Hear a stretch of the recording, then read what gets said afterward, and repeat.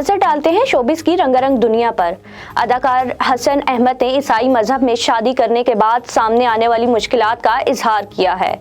Voice of America को दिए गए इंटरव्यू में हसन अहमद ने कहा कि हमारी शादी को 13 साल हो चुके हैं, लेकिन इसके बावजूद लोग हमसे पूछते हैं कि आप दोनों की शादी जायज कैसे है, लेकिन अब उन्हें कौन समझाए। दौरान गुफ्तगू सुनीता मार्शल ने मदाहों को मशवरे भी दिए और कहा कि शादी के शुरू के साल बहुत मुश्किल होते हैं, अगर इन्हें गुजार लिया जाए तो मियां बीवी के दरमियान केमिस्ट्री मजबूत हो जाती है।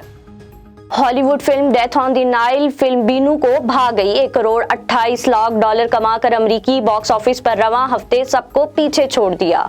कदीम मिस्र के दरियाए नील पर लग्जरी शिप में कत्ल का मामला, जुर्म के गिर्द घूमती film death on the Nile cinema घरों पर राज कायम कर लिया। वीकेंड पर 1,28,00,000 कमाकर अमरीकी बॉक्स ऑफिस पर सरफहरिस्त रही।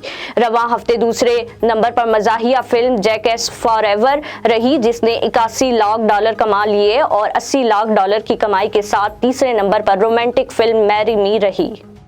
बॉलीवुड स्टार अनिल कपूर की बेटी अदाकारा सोनम कपूर के शौहर आनंद आहूजा पर टैक्स की अदायगी में फ्रॉड करने और इसके हवाले से जाली बिल जमा कराने का इल्जाम आयद किया गया है। आनंद आहूजा का इस हवाले से कहना है कि इल्जामात बेबुनियाद और इन्हें बदनाम करने के लिए इल्जाम लगाया जा रहा है।